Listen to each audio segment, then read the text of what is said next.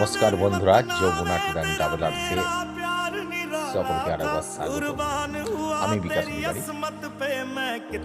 তো বন্ধুরা, এখন আমরা আছি পাঞ্জাবের ওয়াঘা বর্ডারে, ঠিক ভারত পাকিস্তান যে দুটি দেশ, ঠিক আমরা আছি ওয়াঘা বর্ডারের। এখন আমরা ভারতীয় বীর সৈনিক বিএসএফ জওয়ান এবং পাক রেঞ্জার্সের মধ্যে আমরা যমুনা ট্যুর অ্যান্ড ট্রাভেলার্সের ছোট্ট আমার যে চ্যানেল, তার মাধ্যমে ভিডিওটা আমি আপনাদের সামনে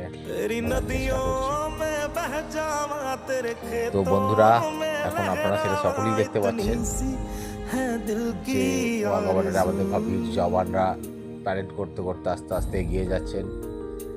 ঠিক একদম যে সীমানা আছে, যে আমাদের বর্ডারের সেখানে আমাদের ভারতীয় বিএসএফ জওয়ানরা প্যারেড শুরু করে দিয়েছে।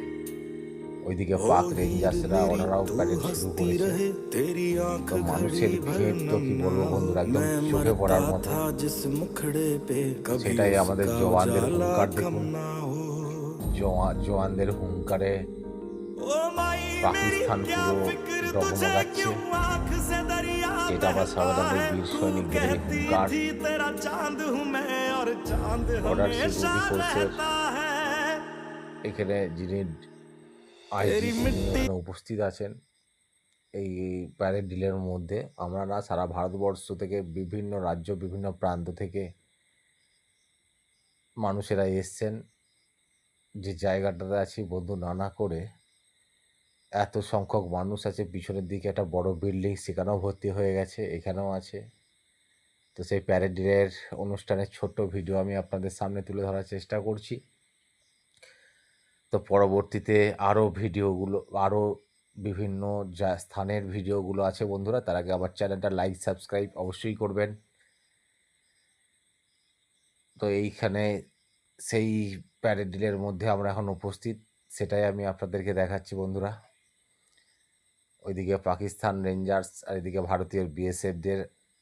যদি আপনারা আসেন পাঞ্জাবের ওয়াঘা বর্ডারে, পাঞ্জাবের ওয়াঘা বর্ডার থেকে স্বর্ণ মন্দিরের ডিস্টেন্স মাত্র 50 কিলোমিটার।